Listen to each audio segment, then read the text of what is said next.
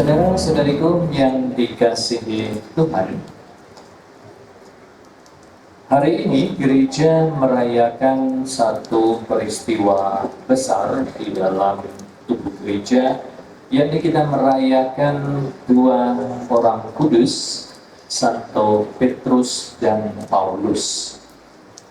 Kita mengetahui bahwa dua orang ini adalah dua orang yang punya atau bisa dikatakan sangat bertolak belakang. Ya. Santo Petrus bukanlah dari kalangan berpendidikan. Dia adalah orang sederhana, nelayan.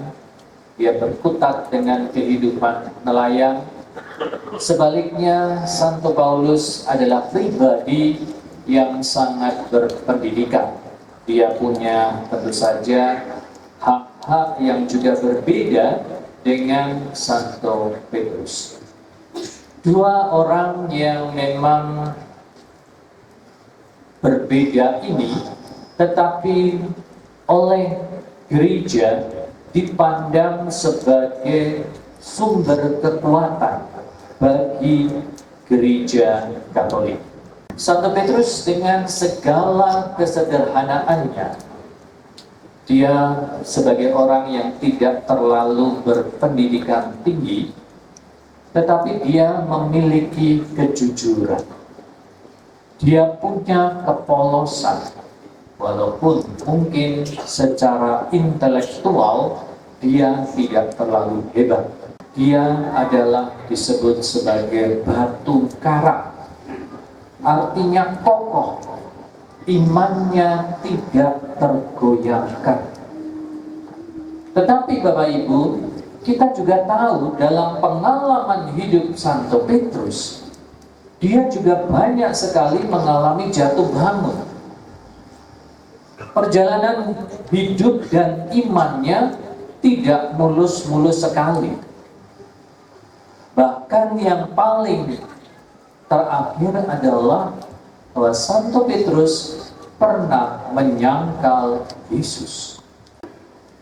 Maka Bapak Ibu, saudara-saudariku yang dikasihi Tuhan, stasi ini sudah berjuang sekian lama, ya, dan juga tentu saja perjalanannya tidak terlalu mudah. Tetapi kembali lagi, ketika kita ingat bahwa Santo Petrus sebagai pribadi yang menjadi pelindung stasi ini, maka paling tidak Santo Petrus juga yang akan senantiasa mendampingi perjalanan iman kita. Bapak Ibu, saudara-saudari, ada sebuah cerita, tapi itu tidak ada dalam kitab suci dan sebagainya. Dalam suatu kesempatan, Tuhan Yesus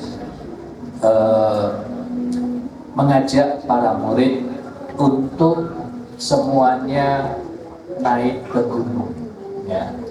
Kalian semua harus membawa batu. Ya.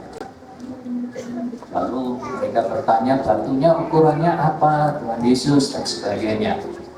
Lalu Tuhan Yesus hanya katakan, ya terserah kalian, sesuai dengan hati nurani kalian. Ya.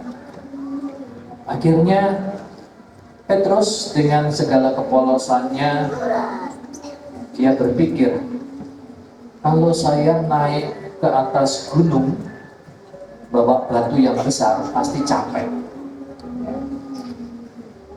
Para murid yang lain pokoknya berbeda-beda, masing-masing membawa batu ukurannya berbeda-beda. Maka Petrus berpikir demikian sehingga dia membawa batu yang paling kecil. Kemudian setelah sampai di atas, lalu kemudian mereka mulai merasa kelaparan. Ya. Di atas gunung nggak ada yang jualan. Ya. Jadi mereka mulai kelaparan dan sebagainya. Lalu mereka mulai mengeluh pada Tuhan Yesus. Lalu para murid kemudian duduk, disuruh duduk pada Tuhan Yesus. Lalu Tuhan Yesus katakan, baik, sekarang keluarkan batu-batu yang kamu bawa. Lalu kemudian Tuhan Yesus ubah batu itu menjadi roti. Dan akhirnya para murid makan sesuai dengan porsinya masing-masing. Yang bawa batu besar ya porsinya rotinya besar. Yang kecil ya makin lama makin kecil. Terus akhirnya juga merasa waduh saya ini kok bawa kecil ya, akhirnya dapat yang kecil. Ya, jadi seperti itu. Oke, semuanya berjalan. Tuhan Yesus mengajar di atas bukit dan seterusnya. Lalu kemudian Tuhan Yesus ajak para murid, kamu tidak boleh terlena dengan suasana di atas yang enak ini. Mari kita sekarang turun. Tetapi sebelum kembali, Tuhan Yesus ingatkan lagi, kalian bawa lagi batu. Lalu Santo Petrus berpikir, tadi saya sudah dapat rotinya kecil karena bawa batu kecil. Sekarang saya mau bawa yang batu besar. Kemudian mereka turun. Mereka turun, lalu kemudian sampai mereka di tepi danau. Lalu kemudian sekarang Tuhan Yesusnya memberi perintah demikian. Siapa yang bisa melempar batu itu paling jauh, dia bisa dapatnya paling besar. Petrusnya mulai pikir-pikir lagi, saya sudah bawa batu besar capek-capek turun, lempar lagi, gimana? Ya, itulah akhirnya Petrus mendapat yang kecil lagi. Ya. Nah, saudara-saudariku yang dikasihi Tuhan, ini hanya sebuah cerita anekdot untuk membantu kita menyadari kadang kita memang punya banyak kelemahan-kelemahan dan kelucuan-kelucuan di dalam hidup ini. Dengan segala kelemahan-kelemahan yang ada pada kita, kadang Tuhan bisa membalik segala sesuatu. Santo Petrus dengan berbagai macam kelemahan-kelemahan dalam dirinya, tetapi dipilih oleh Tuhan untuk menjadi pemimpin bagi gereja. Inilah satu proses perjalanan gereja kita, stasi kita ini.